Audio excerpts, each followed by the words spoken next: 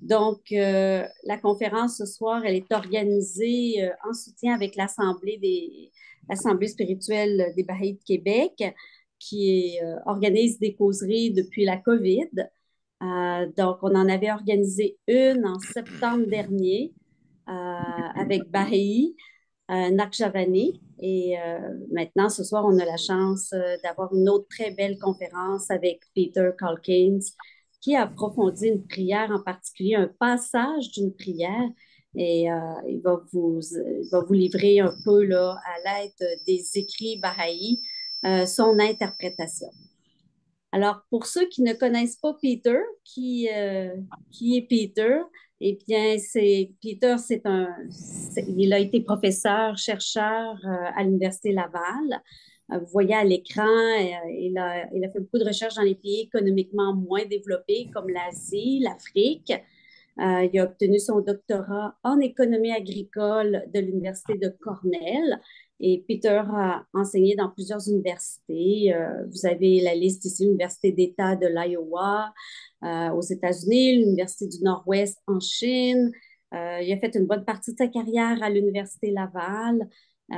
Aussi, il y a eu un passage à au Vietnam, de l'économie au Vietnam, et l'Université de Chiang Mai en Thaïlande.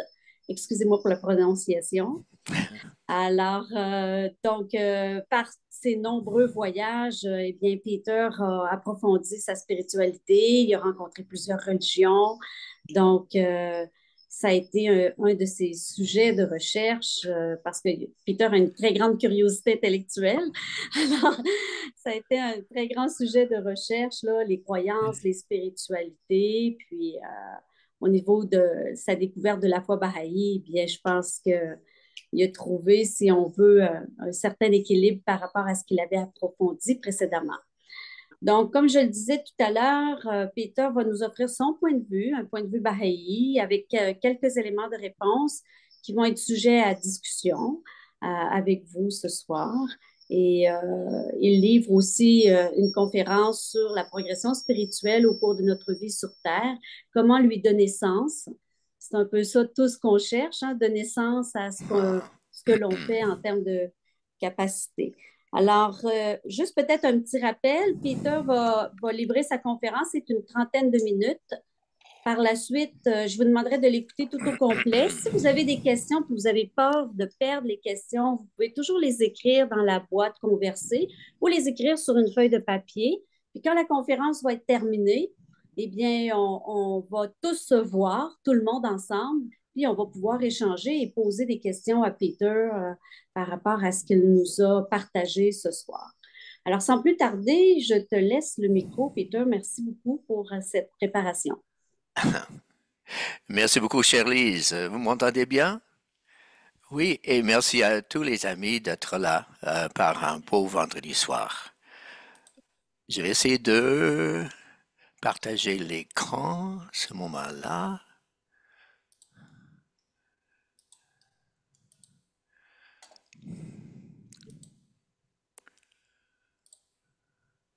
Alors, le sujet de ce soir se limite à seulement 9 mots, tout ce qui se trouve entre terre et ciel, phrase qui revient souvent dans les écrits du prophète, le Bab.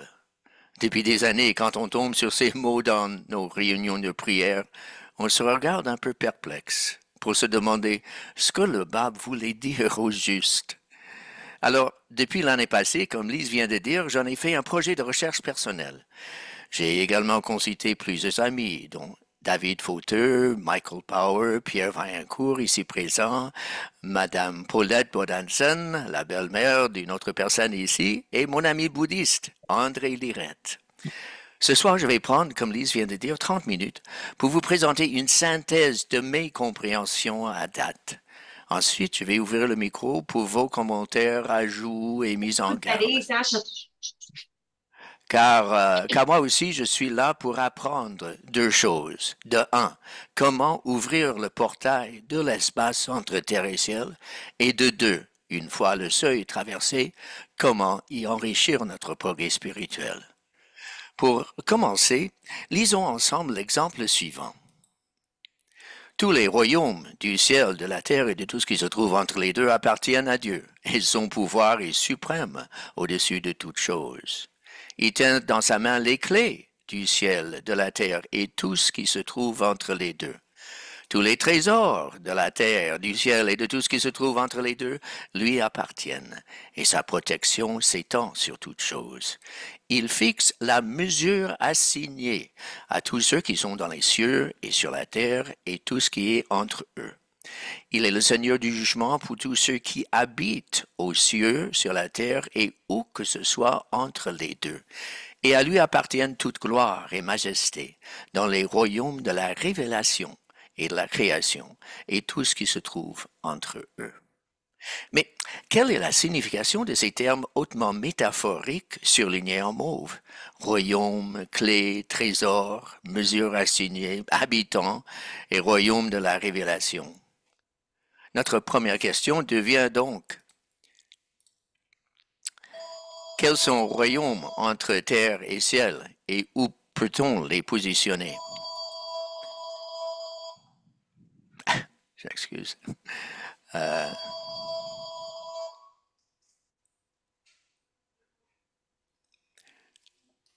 Une possible réponse à cette question se trouve contre la toile de fond de l'univers entier.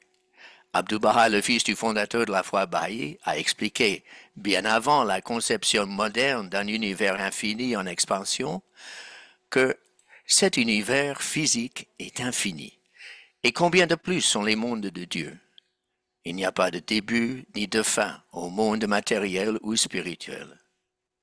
En fait, Dieu a commandé au Verbe de faire éclater le point primordial. Ceci est le même Verbe dans le livre de Jean de la Bible, qui dit « Au commencement était le Verbe, et c'est par lui que tout est venu à l'existence. » Baha'u'llah en donne les détails. Le monde de l'existence est venu à l'être par la chaleur qui a été générée entre une force active et ce qui est son agent récepteur. Ces deux agents sont identiques et néanmoins différents.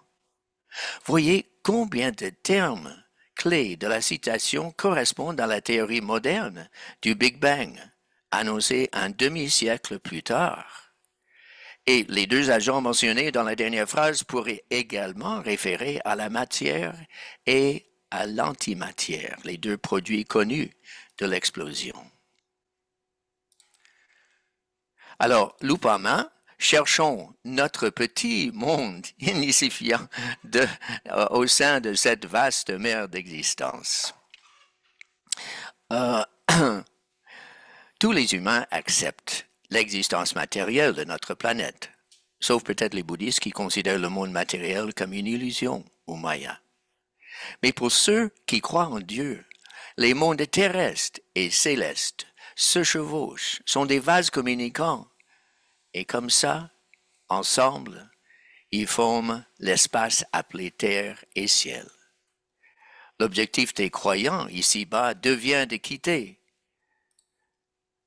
l'enfer de l'éloignement de Dieu pour suivre cette flèche mauve en préparation pour leur prochaine vie au ciel. Ensuite, notre deuxième question est, quelles sont les clés pour gagner accès à cet espace entre terre et ciel, ainsi défini? Dieu nous aurait accordé au moins 3 clés potentielles pour ouvrir le portail à l'espace entre terre et ciel. Premièrement, la prière. Shoghi Effendi nous y encourage. Ayez la foi et l'assurance pour le pouvoir de la prière circulera à travers vous, que le bon chemin apparaîtra, que la porte s'ouvrira. Plusieurs adeptes des diverses religions du monde ne prient que sporadiquement et pour des faveurs concrètes. En revanche, les Baha'is sont tenus de prier tous les jours. Leurs prières obligatoires mettent l'accent plutôt sur la louange et la gratitude envers Dieu. Ils y ajoutent des prières altruistes pour les malades, les enfants, l'unité du genre humain, la paix sur terre, etc. Transférer ainsi le focus de la prière du soi individuel vers l'humanité entière rend la clé, qui est la prière, assurément plus puissante. La deuxième clé à l'espace entre terre et ciel est la méditation. Abdu'l-Baha explique que la méditation est la clé qui ouvre les portes des mystères. L'homme reçoit le souffle du Saint-Esprit, l'inspiration divine et la nourriture céleste. C'est beau ça. Le jeûne existe en plusieurs religions parce que la faim corporelle facilite la méditation par une échappée mentale vers cette nourriture céleste dont Abdu'l-Baha parle. C'est pour ça d'ailleurs que le mois passé, nous avons invité notre amie Mélanie Côté à offrir un atelier sur les techniques de la méditation au Centre Baha'i. La troisième clé à l'espace entre terre et ciel est celle des rêves. Baha'u'llah écrit « Voyez combien de secrets y sont déposés, de sagesse y est préservée, combien de mondes cachés. » Encore une fois, une référence à la multiplicité des mondes. Vous dormez dans une maison, les portes fermées. Tout à coup, vous vous trouvez dans une ville lointaine, changement de lieu, dans laquelle vous entrez sans bouger les pieds ni fatiguer le corps. Et peut-être que 10 ans plus tard, changement de temps, vous serez témoin dans le monde extérieur des mêmes choses dont vous avez rêvé la nuit dernière. Baha'u'llah suggère ainsi que les rêves permettent un déplacement dans le continuum espace-temps, terme en physique quantique inventé seulement en 1908. Et comme les prières et la méditation, c'est une pratique que nous pouvons apprendre. Mon fils cadet, Samuel, 14 ans, maîtrise les 4 méthodes de rêve lucide.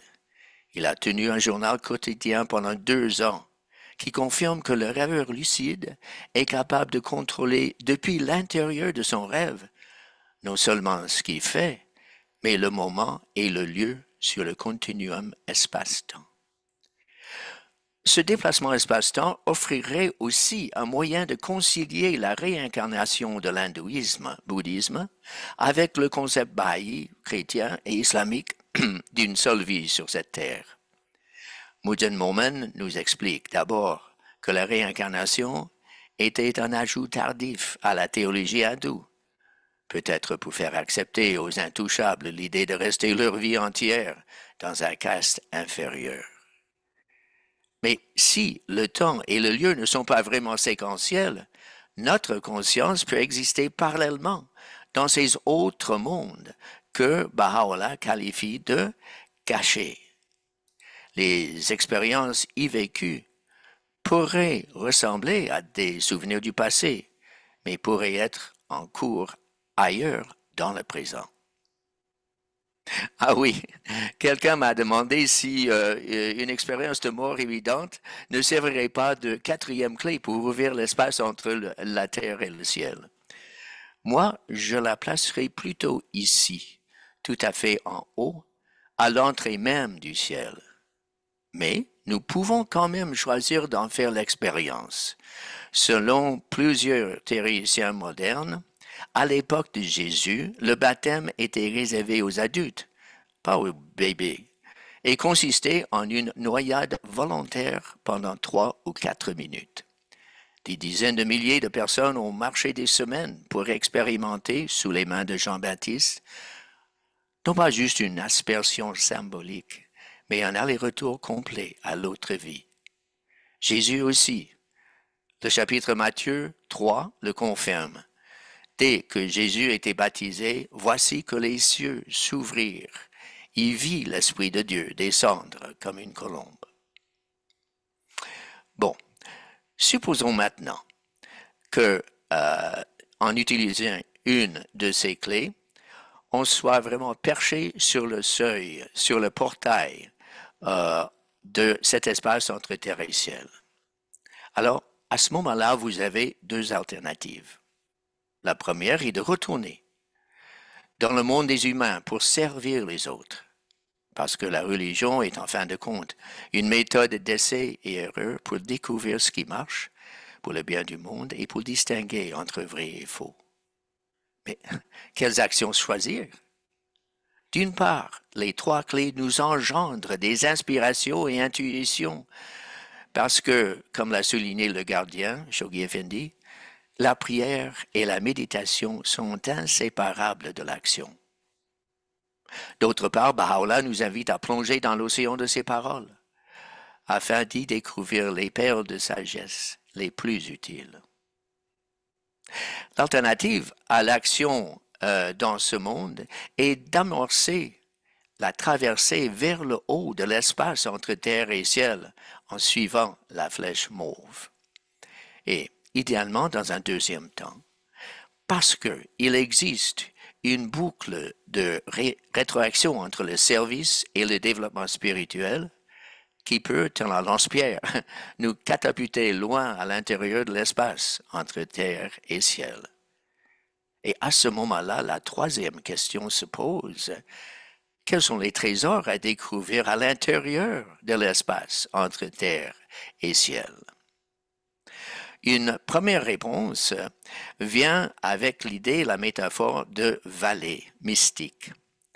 La métaphore de vallée représente une chaîne de crises et victoires.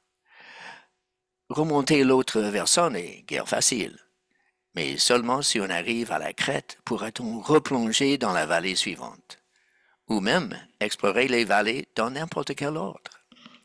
Car Baha'u'llah explique, les voilà, les trésors, il y en a 7. Baha'u'llah explique qu'on peut faire ça dans n'importe quel ordre, parce que il dit que quelle existence ont des mots sur un tel plan que premier et dernier ou autre. Dans ce domaine, le premier est le même que le dernier, et le dernier est le même que le premier. Suivant son séjour de 2 ans chez les soufis, Baha'u'llah a écrit 2 livres, les 7 vallées et les 4 vallées, au lieu d'une seule. Mais pourquoi? C'était afin de prescrire des cheminements à travers l'espace entre terre et ciel appropriés pour les croyants à différents stades de progrès spirituel. D'une part, les 7 vallées étaient écrites en réponse aux questions de Cheikh Muhyiddin, un adepte typique du soufisme traditionnel. Baha'u'llah s'en tenait donc à une forme prédéfinie en 7 vallées. Le trésor dans chaque vallée nous offre un avantage distinct. De bas en haut, la recherche nettoie le cœur pour l'amour. L'amour, à son tour, brûle le moi matériel pour faciliter un focus sur la connaissance intangible. Cette connaissance-là fournit la sagesse pour la recherche de l'unité. L'unité fait disparaître le moi pour ouvrir la voie au contentement. Le contentement assure le bonheur constant comme base de l'émerveillement. Et l'émerveillement ouvre les yeux à notre vraie pauvreté devant les merveilleuses œuvres de Dieu. Et à quoi ressemblerait cette dernière vallée de la pauvreté absolue? En parlant de merveilleuses œuvres, en voici un tableau peint par notre grand ami Sam Clisby de la vallée de la pauvreté absolue. D'autre part, le texte des 4 vallées était écrit en réponse aux questions plus approfondies de Cheikh Abdul Rahmani Talabani, le chef suprême du même ordre soufi. Par là, il décrit les qualités et objectifs de 4 types de voyageurs que le cheikh aurait sûrement eu sous sa guidance. Le début de cette œuvre nous aide d'abord à répondre à notre 4e question. Quelles mesures nous ont été assignées dans notre cheminement à travers l'espace entre terre et ciel? Et donc, c'est tout à fait à la base, est-ce que vous voyez bien? Les règles que nous devons suivre, sans nécessairement les comprendre complètement. Que ce soit donc formellement, par l'étude sérieuse du Kitab al-Aqdas, ou informellement, en étudiant des œuvres plus poétiques comme les paroles cachées, l'étude de ces lois sert à réduire la nature inférieure en nous pour faire grandir et prédominer notre nature supérieure. Les adeptes qui choisissent à la place de parfaire la raison, cherchent le trésor de la sagesse pour surmonter toute épreuve. Et d'autres chercheurs voudront parfaire le trésor de l'amour afin de détruire la tendance à l'orgueil dans l'accumulation des connaissances. Mais par contre, la quatrième vallée que vous voyez plus en haut est réservée aux seules manifestations de Dieu. Parce que pour un humain normal, se parfaire simultanément dans les lois, dans son cœur et à la raison, serait un défi impossible. Elle sert donc surtout d'inspiration de loin. Donc, ça, c'était les 7 et 4 vallées. La deuxième méthode de cheminement à l'intérieur de l'espace intangible entre terre et ciel est de se faire accompagner par l'armée céleste, qui mérite bien son titre de concours ou aide. Shoghi Effendi décrit leur fonction comme suit. Les armées invisibles du royaume sont prêtes à vous apporter toute l'aide dont vous avez besoin pour lever tous les obstacles sur votre chemin. Mais exactement combien de types d'habitants pourraient accompagner notre traversée de l'espace entre terre et ciel? Lorsque on étudie les écrits baha'is ainsi que ceux d'autres religions, on est frappé par la diversité des êtres nommés. De Dieu, qui est aussi le Seigneur des armées, de Dieu,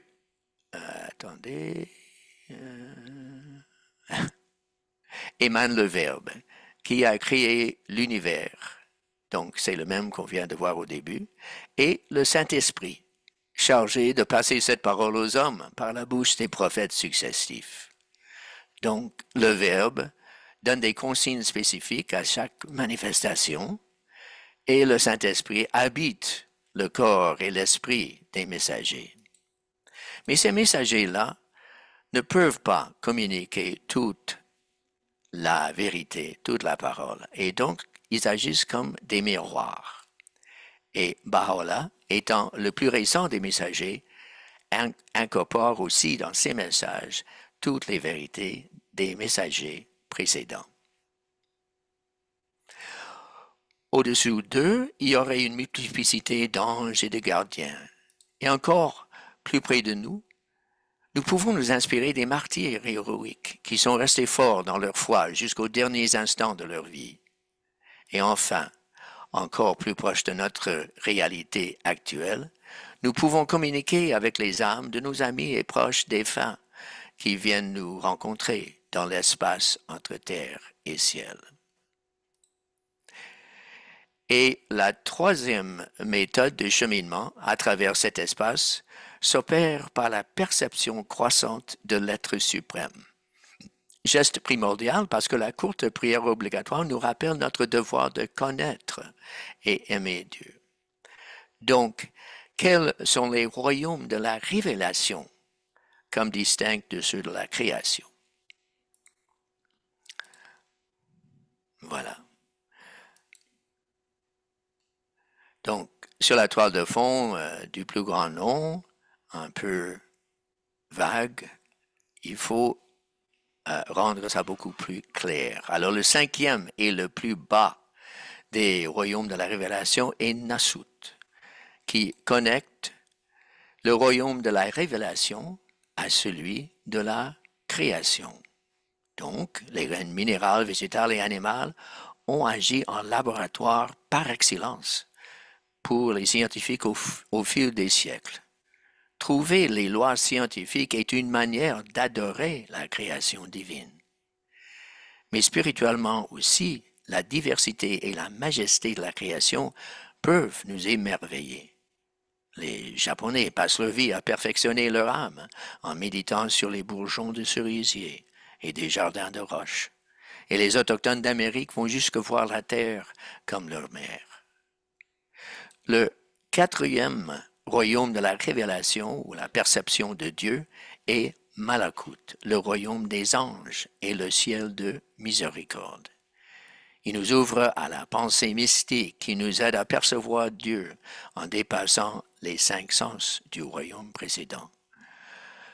Ensuite, le troisième royaume de la révélation est Jabarut, le monde des attributs divins. Il s'agit d'un sommeil sans rêve qui nous laisse guider vers le service altruiste sans même y penser. Et ceci est le royaume le plus élevé que un être humain normal puisse atteindre. Mais ça nous prend un peu plus de guidance, donc il y a un deuxième niveau qui est Laout, le monde des prophètes, qui prononce les paroles de Dieu pour guider les humains en dessous. Il s'agit de rêves intangibles qui permettent aux manifestations de structurer et garder l'ordre dans toutes choses. Mais même les prophètes ne pourront pas dépasser le Sadratul Muntaha, ou l'arbre au-delà duquel il n'y a pas de passage. Et le premier royaume de la révélation entre terre et ciel est Aout, le monde du Créateur. Il n'est qu'une vision de loin parce qu'il sert d'inspiration mystique et médium de communication avec les âmes en vie ou décédées. Et ces 5 royaumes contiennent également un vaste nombre de stades plus fins que vous voyez ici. Alors, à date, chers amis, nous avons pu repérer 3 clés au portail et 3 types de cheminement individuels à l'intérieur de l'espace entre terre et ciel. On serait donc tenté de demander si une clé donnée mène plus logiquement à un mode de traversée donné par la suite. Plus concrètement, est-ce que le portail de la méditation ne mènerait pas plus logiquement aux 7 et 4 vallées? Est-ce que le portail de la prière ne nous pointerait pas plus facilement vers le concours céleste? Et est-ce que le portail des rêves ne nous ouvrirait pas plus naturellement aux divers royaumes de la perception? Personnellement, je dirais que ce n'est pas aussi simple que ça. Le concours céleste, les vallées et les royaumes de la révélation valent tous la peine d'être pleinement expérimentés pour les acquis spécifiques que chacun nous apporte, ainsi que pour les complémentarités entre eux. Cela nous amène à notre dernière question. Comment appliquer ces acquis individuels à toute l'anthroposphère? Je pense que Lise, tu es plus familier avec ce terme-là que moi. L'anthroposphère entre terre et ciel. Question primordiale, parce que Dieu, par la bouche des prophètes successifs, a ordonné que l'anthroposphère devienne un jour un seul pays heureux et paisible. Alors, c'est quoi le sens de l'anthroposphère? C'est un autre terme pour cet espace entre terre et ciel que les humains occupent avec leur culture, leur technologie, leur environnement bâti et les activités qu'ils font à l'intérieur. Dans la foi bahaïe, le dessein pour cette ère est appelé le nouvel ordre mondial, qui vise, nouvel ordre mondial, qui vise, la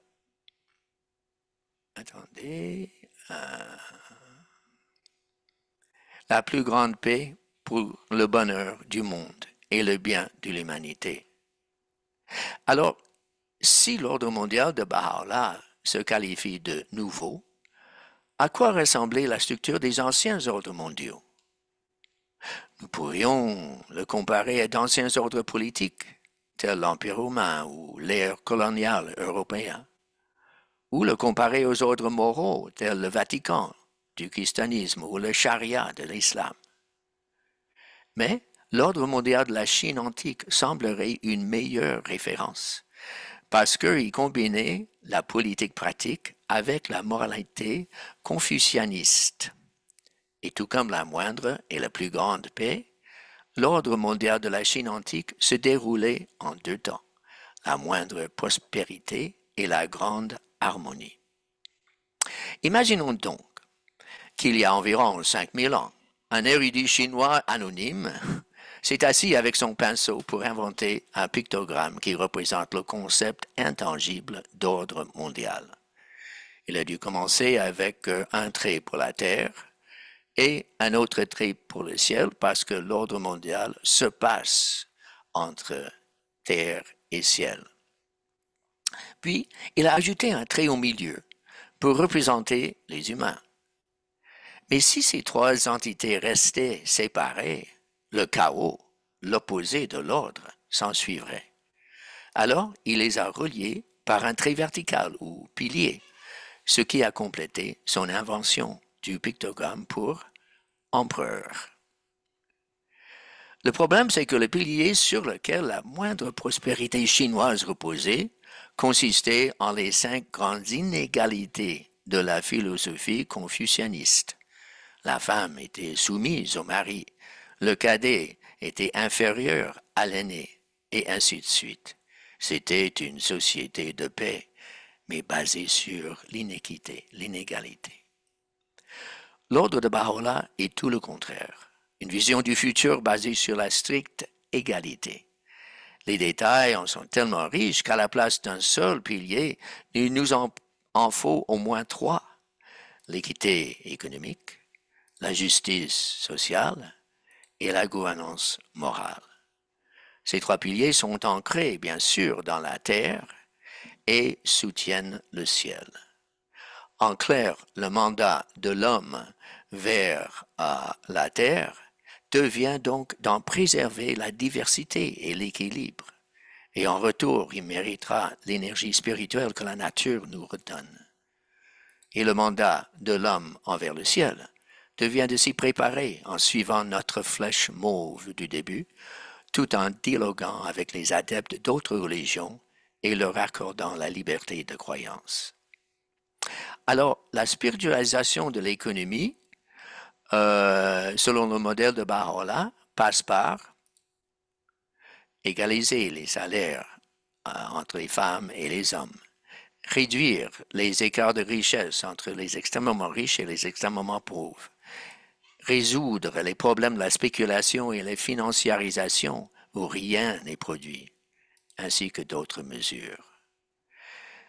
Le pilier de la justice sociale est basé sur l'éducation universelle, l'égalité entre les sexes et les ethnies, et la consultation et la coopération pour résoudre toute situation de conflit. Et pour spiritualiser la gouvernance, Baha'u'llah prévoit une fédération mondiale avec un parlement mondial, un Commonwealth mondial basé sur la justice communautaire, c'est-à-dire l'accès égalitaire aux ressources de la terre, indépendamment de si une personne est née orpheline en Inde ou fils d'un milliardaire aux États-Unis. Et bien sûr, il y aurait un tribunal mondial, probablement la Maison universelle de justice, qui va essayer de prévenir toute guerre avant que ça n'éclate. Et il y a d'autres méthodes aussi. Alors, la participation. Attendez. OK. En résumé, l'espace entre ciel et terre est à la fois une source d'orientation de haut en bas pour notre vie dans ce monde et un passage actif de bas en haut vers l'autre. La prière, la méditation et les rêves sont 3 clés qui ouvrent cet espace. Une fois dedans, le concours céleste pourrait nous accompagner dans l'exploration des 7 ou 4 trésors dans les vallées et la perception croissante de la divinité. La participation dans la construction d'un nouvel ordre mondial nous aiderait à progresser davantage avec les autres. Car grâce au lance-pierre de tout à l'heure, autrement appelé la double raison d'être morale, il n'y a pas de conflit entre le travail collectif sur le nouvel ordre mondial et le progrès spirituel de l'individu. Merci donc pour l'attention que vous avez portée à ces premières compréhensions de ma part. Maintenant, à votre tour, qu'est-ce qui vous a frappé dans les concepts présentés? Qu'est-ce qui manquerait? Quelles corrections ou mises en garde faudrait-il y porter?